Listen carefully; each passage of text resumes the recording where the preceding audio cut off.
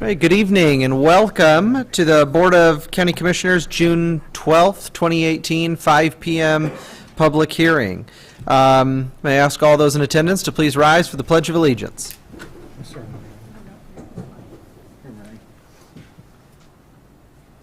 I pledge allegiance to the flag of the United States of America and to the republic for which it stands, one nation, under God, indivisible, with liberty and justice for all.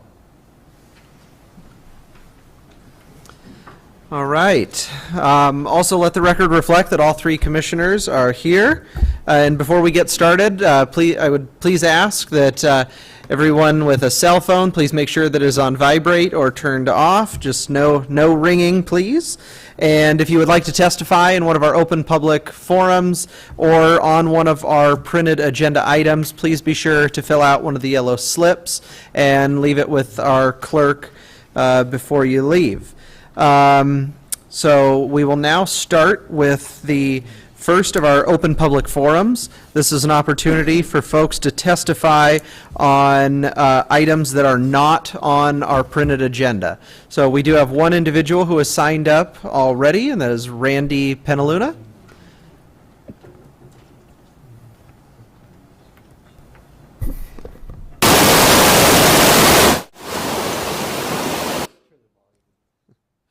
Randy, I'll get the clock started, but it will be 3 minutes. Well, we'll give you 3. I don't care. No. Just play.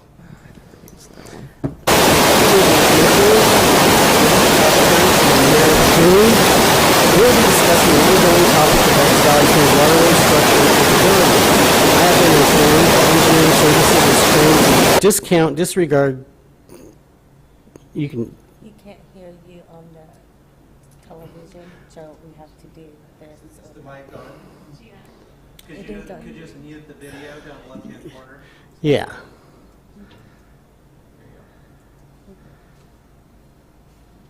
Play.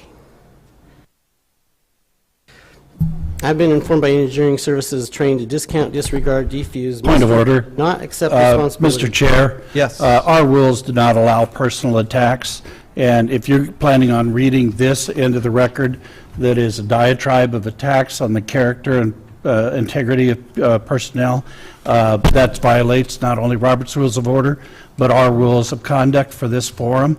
So please speak to the issue and try and avoid the personal attacks.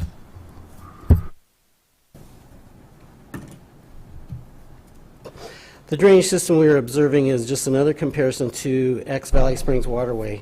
Notice a very substantial amount of water flowing down the open channel system, but size-wise, this system dwarfs the open channel X Valley Springs waterway. Spokane engineer Brian Smart requires to build in 1974, constructed utilizing county right-of-way, trapezoidal in shape, non-taxable property, public land, in a critical sensitive aquifer recharge area, also known as Spokane Valley Rathdrum Prairie Aquifer. Valley Springs Waterway was constructed 2 years after the Clean Water Act of 1972. The county right-of-way property never was vacated and cannot be vacated without appropriate signatures. My neighbors are still landlocked, utilizing an itty-bitty road that washes out every time it rains and does not even come close to proper emergency vehicle fire truck accessibility. What we are observing is 54 million gallons a day flow looks like in 3 minutes time. That equates to 112,000 gallons of water. In 5 minutes time, that equates to 188,000 gallons of water. That's the amount of time I've been up here presenting to you, county commissioners. When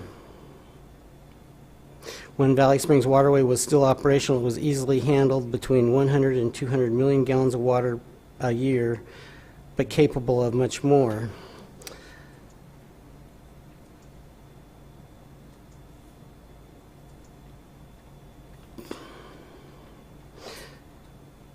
The land between parcels 0118 and 0109 was not abandoned. It was just one very, very large ditch, canal, open channel, seasonal stream before my neighbors turned it into their private property driveway without one permit issued for excavating inside or within 15 feet of public right-of-way.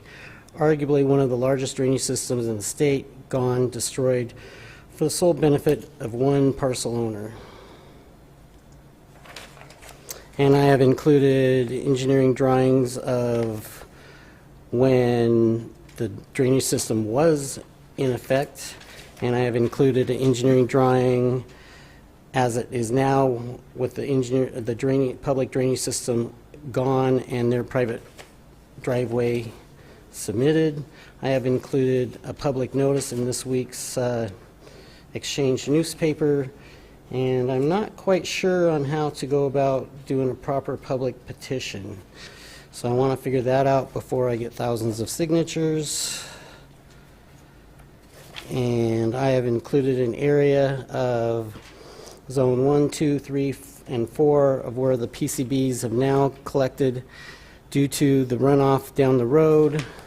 And I have included an outline, even though I am not an expert on PCB cleanup process. I've marked the zones that would need to be cleaned up and an estimate on what would need to take place.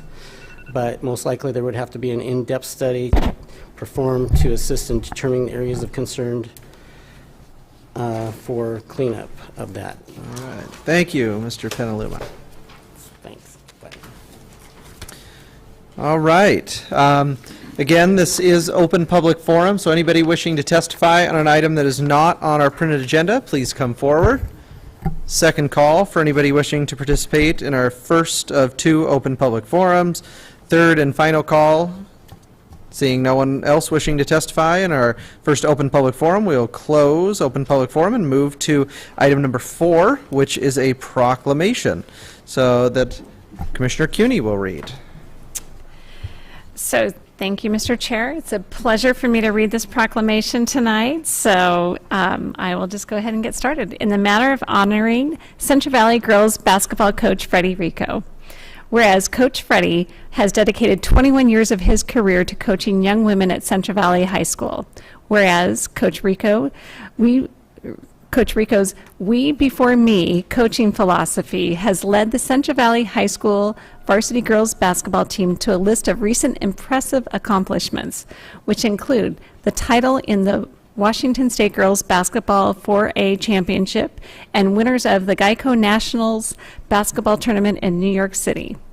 And whereas Coach Rico has elevated the Central Valley girls basketball program to national prominence and has a pristine record of leading his student athletes on the court and in the classroom. Whereas after leading the Central Valley girls basketball team to their 3rd straight undefeated regular season and 2nd Class 4A title in the last 3 years while going 81-1, Coach Rico was named the 2017-18 National High School Girls Basketball Coach of the Year by the National High School Coaches Association. This is the first time a girls basketball coach from the state of Washington has been honored with this award. Now, therefore, we, the Board of County Commissioners of Spokane County, Washington, do hereby recognize the extraordinary commitment and talent showcased by Coach Freddie. All Central Valley students, teachers, parents, alumni, and residents of the greater Spokane County region should be inspired by Coach Rico's accomplishment. I have to say, as alumni, I'm very proud, so thank you very much.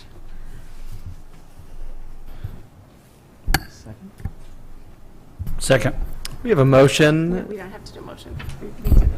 Oh, A motion's not needed for this since it was previously approved on May 21st.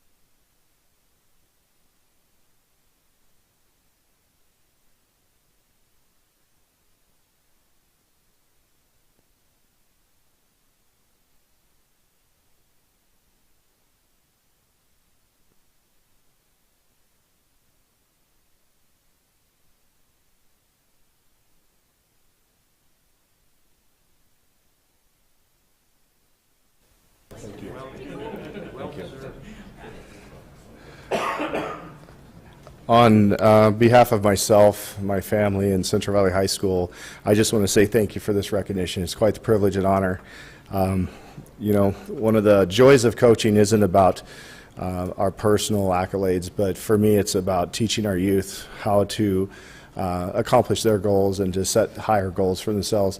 And I think one of the best things about this year is learning that even when you're at the very top, there's a lot of room for improvement. And we were just blessed to have such a great group of young ladies, and the support not only of Central Valley, but Spokane Valley, Spokane, and we really realized that when we got back from New York and saw, you know, just the amount of support that we really did have, you know. And I think what was really cool for me personally was the fact that we unified a community in support of one of our own teams. And it doesn't make us any better than anybody else, but what it does is it sets those young ladies apart for what they've accomplished. And those 4 seniors that we had, their record over those 4 years were 102-6, and an amazing group of young ladies. And as I stepped down this year, as hard as it was a family first decision, and I'm extremely excited to move on to the next chapter. But for me, I want to personally say thank you. This is quite an honor for me to have this, and so thank you.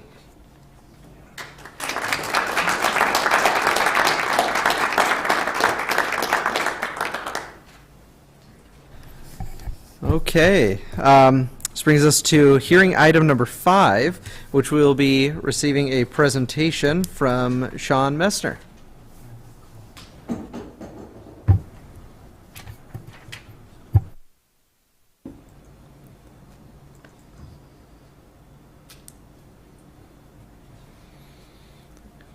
Yep, that's it. Thank you.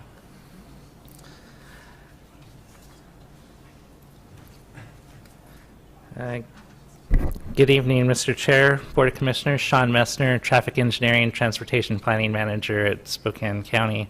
Do you need to do anything to open the public hearing, or is it already open? Well, we're receiving the Okay. presentation from you first. Sorry, my No? The first one tonight, there's 2 traffic code revisions before you tonight. The first one is Hazard Road and restricting truck traffic with the exception of local deliveries on Hazard Road between Stearns and Dartford.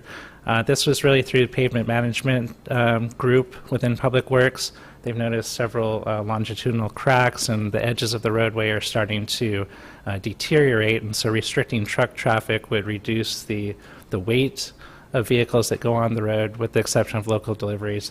And with that, would hope to preserve the roadway for longer lifespan.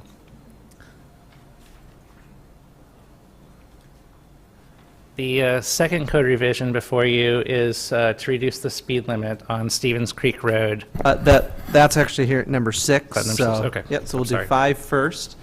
So, any questions? Yeah, Mr. Messner, I've got a question for you. When you say you're restricting truck traffic, could you share with the board and the audience what size vehicle are you talking about? What's the gross vehicle weight of the trucks that are not going to be able to use the road? We would have to coordinate that. A lot of times the truck traffic that's restricted is in excess of, I think it's either 10 or 16,000 pounds. And I would need to confirm that as part of the code revision. But it's really for those larger trucks that carry, you know, the 18-wheelers, if it were.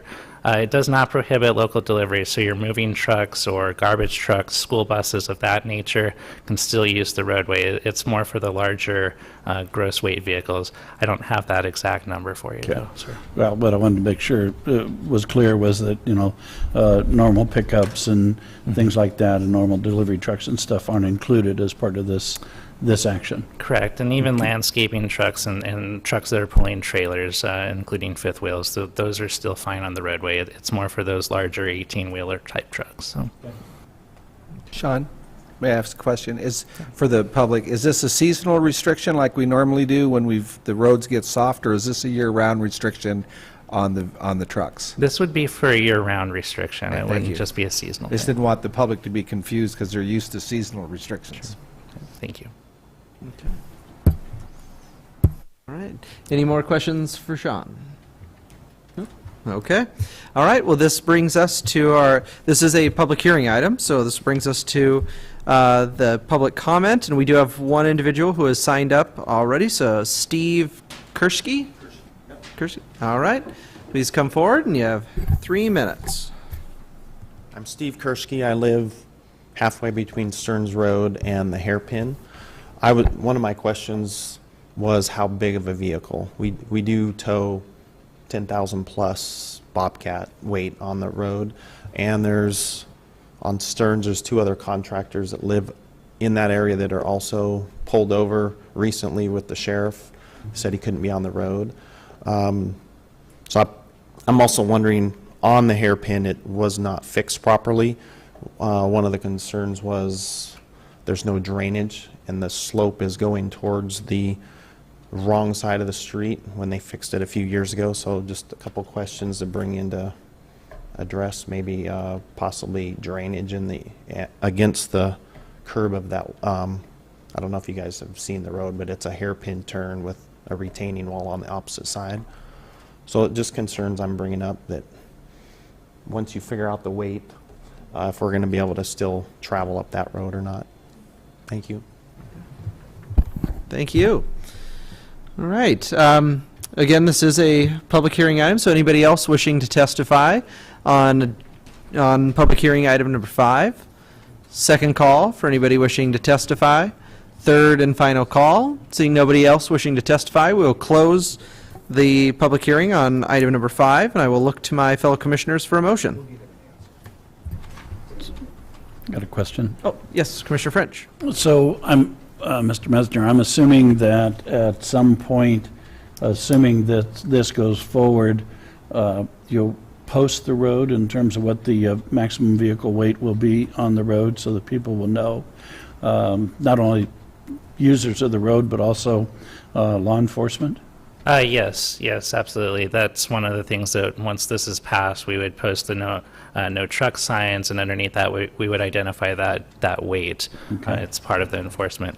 And just also to note, if there's local, if you live in this area and you have vehicles that are of that weight as part of your personal business that's at your residence, you can still drive those vehicles there. You're part of that residential group. So it's not prohibiting the residents that have those larger vehicles either, just to clarify. So it's mainly targeted at through traffic more than anything else? Yes, absolutely. Very That's good. correct. Thank you. Okay. Okay? Okay. Any other questions? All right. Commissioner Cuny? So I guess since the gentleman said that people have been pulled over that live on that road, is that correct? And we don't know the weight restriction at this point in time, are we comfortable approving this and prior to us knowing what that weight limit is? Well, Mr. Messner had indicated that they were going to make that determination and figured that it was probably going to be in that 15 to 18,000 gross vehicle weight is kind of what I heard. It was really designed more for tractors as part of a tractor trailer setup as opposed to local vehicles or smaller type vehicles. So what that exact weight is, I'm assuming engineering is going to make that determination based upon structural integrity of the road. Yes, Mr. French, you're absolutely correct. So through the engineering of the roadway, we'll identify what that gross weight is, and it'll be clearly posted on the signs. Again, if it's for the residents that live within this area, they can still use the roadway without that. And we can, in the engineering or in the public works, we'll also take a look at that drainage to verify that there's nothing goofy going on there. But yes, you're correct. All of that would be based off the structural section of the roadway, Okay. and it'll be clearly posted with the black on white signs, the regulatory signs. Okay, and then just, again, kind of being new to some of this. So then if somebody's getting pulled over by the sheriff's office that does live on that road, they just show their address? Is that what they would do so they don't get a ticket? Yeah, and I can't speak for the law enforcement, but ideally they would ask for your driver's license and registration, or they'd ask if you live on this roadway, and once that's acknowledged, ideally that would resolve the situation right then and there, but I honestly can't speak for the sheriff's office. Okay. Thank you. So I guess, thank you. Mr. Chairman, may I pose a question through the chair? Is it Absolutely. normal practice that we normally approve trucks using roads and we wait, as Commissioner Cuny said, to determine the weight until after the hearing? I guess that was the question she was asking. Why would we have that right now? Is it because we haven't done engineering study on the roadway? I think historically what's happened is there's been a restriction of trucks, and up until recent years, there's just been a no truck sign placed, not necessarily identifying the actual weight that's being restricted. Since then, and through coordination with enforcement, we've been installing separate plaques that identify the weight of the vehicle, so that it's very clear to the driver and to law enforcement what the restrictions are. So this, I would say in the last couple of years, this is a new practice. The code, I believe, as it's written, is just to restrict truck traffic and not necessarily a certain weight. I could be wrong on that, but the point being that this is fairly a newer practice over the last few years, but we would install those plaques so that it was very clear. I don't know if that helps with your question or not. But. Mr. Gimmel? Just a suggestion, and there wouldn't be anything prohibited this to be continued until you actually came up with the weight or the restrictions to get back to the board and say this is exactly the weight that we came up with. That wouldn't cause a problem. No, no, it wouldn't. So if that's desired, we can certainly come back with that specific definition of the weight. We can do that. Mr. Chairman, Commissioner Cuny asked me, what time frame would it take to come up with that? And I think what we'd like to do is possibly continue this till a date certain, which would afford you the ability to come up with those weight restrictions. I think that's what CEO Gimmel was suggesting. Sure, we can come up with that in 2 weeks. We would, Commissioner Cuny, we would continue till a date certain for a decision only based upon the recommendation of the Public Works Department. So it would take a couple of weeks or? Yeah, we could have that in about 2 weeks. Is what she's asking, James. Right, you can continue it to whatever date certain that we want for a decision on it. So that would be fine, board members. Okay. All right. Does that have to be done through a motion? Yes. Yes, the motion continuance. And did we hear a time frame from how long it would take to get that information back to the chair? We can have that information back within 2 weeks. 2 weeks? To the board. Yes.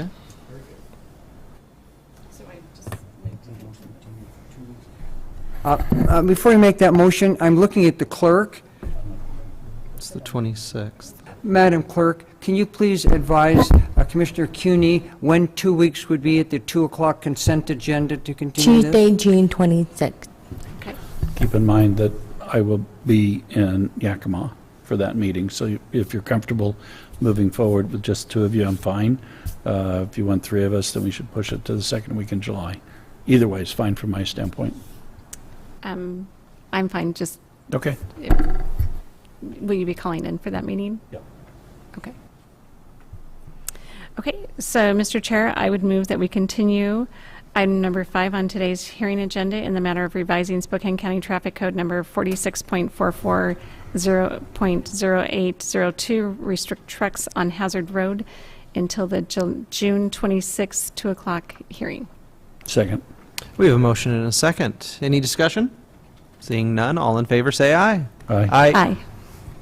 All right, and that item is continued to And July 20th. as we get ready for the next item, that was for decision only, if I recall the motion, Commissioner Yes. Cuny? Yes, for decision only. Okay, and that brings us to item number 6, and we have another presentation from Sean Messner. Yes, Sean Messner, Traffic Engineering and Transportation Planning Manager here at the county. I'll try not to bumble around this time. The presentation before you on this particular item is to reduce the speed limit on Stevens Creek north of Sharon Road from 35 miles an hour to 30 miles per hour. This was at the request, or a request to do a speed limit study was provided by the citizens and some of the citizen group within this area. We did do an engineering traffic study for this, and as such, the recommendation was to reduce the speed limit from 35 to 30 on Stevens Creek. I'd be happy to answer any questions that might come of that. The study, just a little bit of background, the process that we followed was based off of IT, or National Traffic Engineering guidance, through the MUTCD and through FHWA. So the basis for the study is really very sound, and the recommendation on this particular stretch of road was really because of the aspects of the roadway, the narrow roadway, some of the corners, the very edges where there's hazards. All of that came into play with the recommendation. So I'd be happy to answer any questions related to this. Any questions for Mr. Mesner? Okay, thank you. This is a public hearing item as well, and we have two individuals who have already signed up. First is Elaine Maxey. Commissioner, Yes. this person, from my understanding, was yielding. Hi there, it's Eileen Maxey. So thanks for being here. Two points I wanted to make about the speed limit is Sharon Road already has a posted 25-mile speed limit on it, so there's already been a precedent set out there. The same testing that was done on Stevens Creek was also done on Sharon, and on Sharon it was determined 25. So I just wanted to point that out. The road, Sharon Road, is more like a straight shot. There aren't any drop-offs or curves or water running. Stevens Creek Road has twists and turns, and it's deteriorating because we have a park at the end of the road. So if the road does get turned back to gravel, which we're not sure that's going to happen, we're going to have more dust. 30 miles an hour between 25, I'm sure, is not a big difference, but it is when we have a lot more traffic, and we have people now that are using the park, and they're riding their bikes and they're walking. So the road really is used an awful lot more. So if we're going to take it down to gravel, which is a whole nother subject, 25 miles an hour is going to be a lot safer, and we're going to have less dust. So basically, my confusion is we already have a posted sign on Sharon for 25 miles an hour, so there's already been a precedent sent out there. The roads are right next to each other. Sharon is a safer road to travel. The integrity of the road has been maintained, and Stevens Creek has not. So if we're trying to set a standard, which is the engineer I spoke to, Nathan Thompson, is that right? About the road. His words were, we set a standard out there, and that's 25 miles an hour. So we've got two roads right next to each other, so I'd like that to be considered consistency and standards. Thanks. Thank you. All right. And then we have Zach Holloway. Hi, I'm Zach Holloway. I live at 10017 South Stevens Creek Road, so I'm a resident up there. And we do appreciate the attention that we've gotten from Commissioner Cuney on this. She's been very helpful. And we have asked to have the speed limit lowered. 30 miles an hour is better than 35, but I have to tell you that once you get past on or off lane going north on Stevens Creek Road, the road narrows dramatically. Eileen and I walked up there yesterday, and we found 4 different places where it is where you're the vertical face cut into the uphill side of the road. So there's no ditch, there's no shoulder, you're into a vertical face. From the base of that, you have 16 feet to a near vertical drop off, anywhere from 6 to 10 feet into the creek. We have blind corners, and we have blind hills going up, where you're going up and then down, and you can't really see over. And we've invited people from the road department and Commissioner Cuney, who I'm sure has better things to do, to come up and put your car on cruise control, put it at 30 miles an hour, go up the road, and we'll have some of the neighbors put their cruise control at 30 miles an hour and come down. And I think if you do that, you'd be pretty scared. From the intersection with Sharon, what we call the Y, up until basically on or off, maybe a tiny bit past that, I think 30 miles an hour is really appropriate. Once the road narrows down, I don't want to get histrionic or anything, but 30 miles an hour is just ridiculous. So that's my 2 cents. I appreciate your time listening to me. Thank you. Thank you. All right. As I stated, this is a public hearing, so anybody else wishing to testify, please come. Please come forward. If we could ask, just before you leave, please be sure to fill out one of the yellow sheets and return it to Yeah, our. I'm sorry, I was clerk. late. Oh, Go ahead. no problem at all. So, 3 minutes, and just please state your name and address for the record. Okay, my name is Jutta Kernke. Sorry, I have a cold. I live on Jason Hill Lane, which is the last road off of Upper Stevens Creek, close to the trailhead. And I've been a resident there for 7 years. What I'd like to say is that I was in attendance at a meeting a month and a half or 2 months ago with Commissioner Cooney, and you were going to get back to us regarding the road condition with a decision, should it be back to a gravel road or would it be maintained in a proper fashion so that it's safe to drive. We haven't heard yet. I think a meeting right now to decide on the speed limit before knowing what the road condition is going to be is kind of a waste of time, because when it's back to gravel and dusty, and as Zach described, the hazards going up to towards the end is much greater on gravel than it is now with all the potholes. So if it's 35 miles, and again, if you start with 35 from the Palouse up to Sharon and then change it to 30, nobody's going to look at that sign, you know. And the lower part has also curves and is in very bad condition and has an even steeper drop-off, where last winter, I think, was it 3 or 4 or 5 cars went off and had to be pulled out. So it is a dangerous road. So my comment is that we would like to hear what the decision is as to Stevens Creek Road. Will it be maintained properly or will it be returned to gravel? And then that would be another time to decide on the speed limit. Thank you. Thank you. All right. Are there any additional questions from the, oh, well, before I get to that, I guess, this is a public hearing item, so we'll do 3 calls. Anybody else wishing to testify, please come forward. Second call for anyone else wishing to testify on item number 6. Third and final call for anybody wishing to testify. Seeing no one else wishing to testify, we'll close the public hearing, and I will look to my fellow commissioners for a motion, or if anyone has any more questions for Mr. Messner. Commissioner French? I've got a couple questions, if you don't mind, Sean. So, in determining the recommendation for the speeds along this road and stuff, define for me the process you go through to make that determination. I mean, is it based upon actual inspection? Is it an engineering analysis? What components go into making that recommendation? Sure. Excuse me, sure. So we do all of that.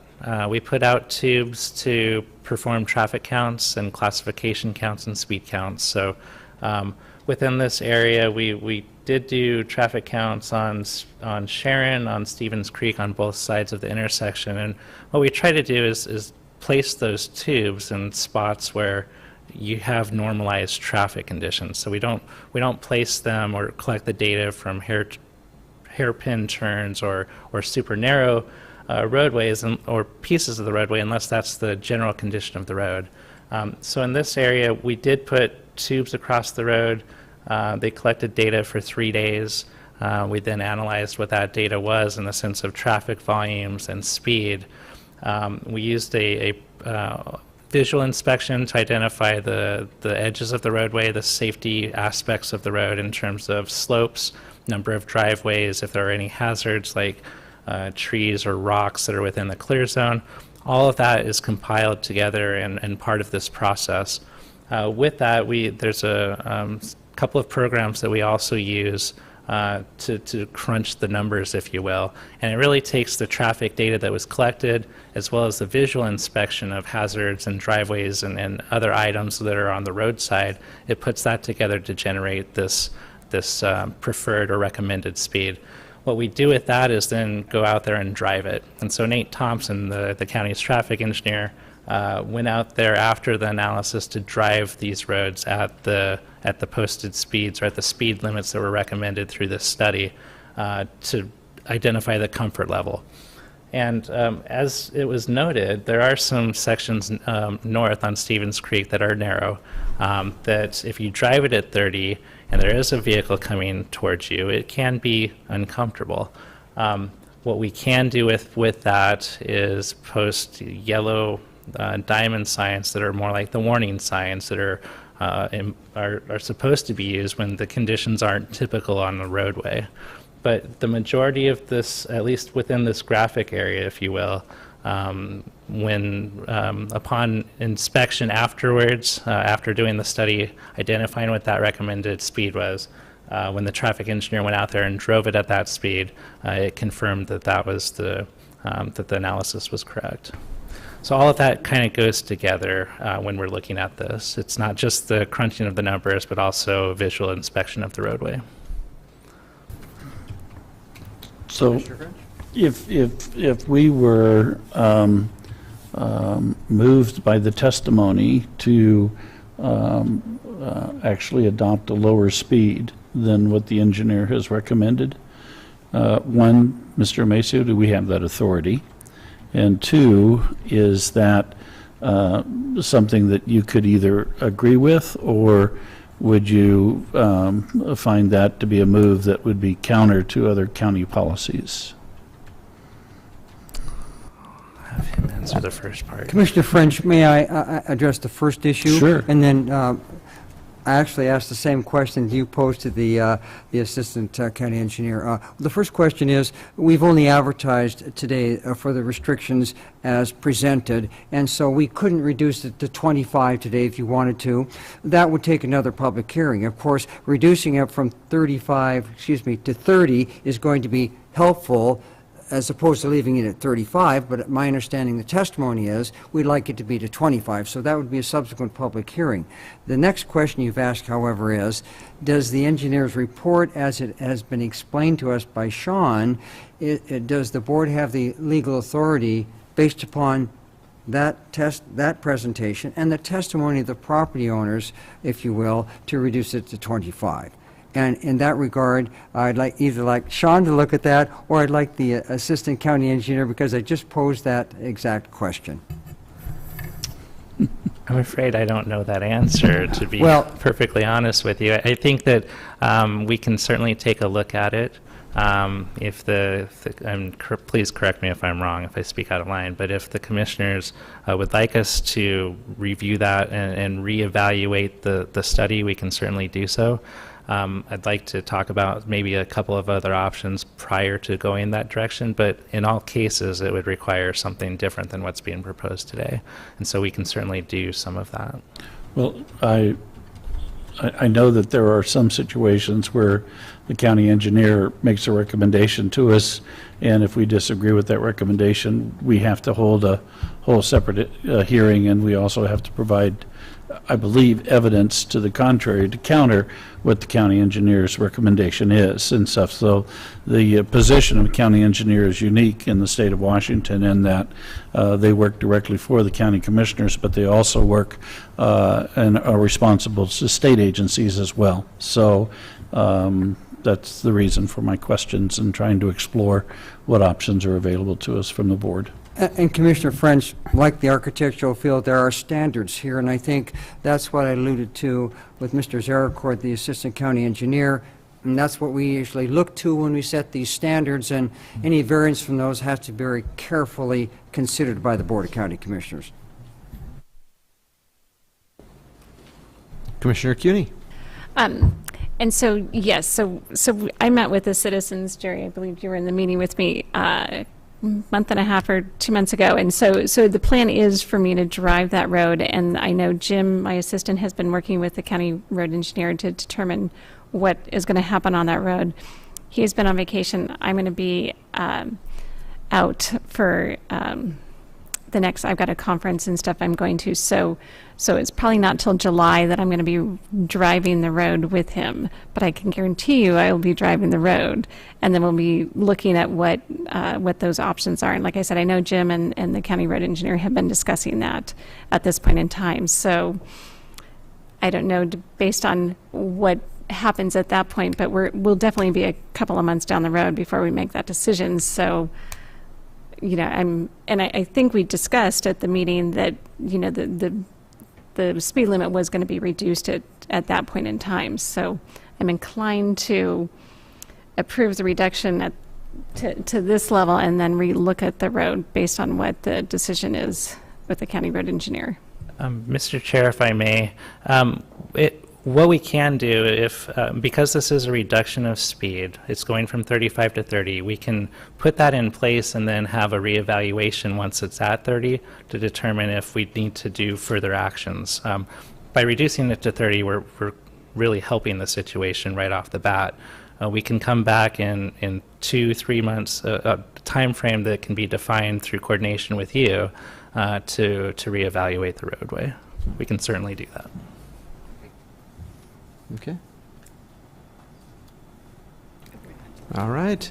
So we've already closed public hearing on this, so I will look to my fellow commissioners for a motion.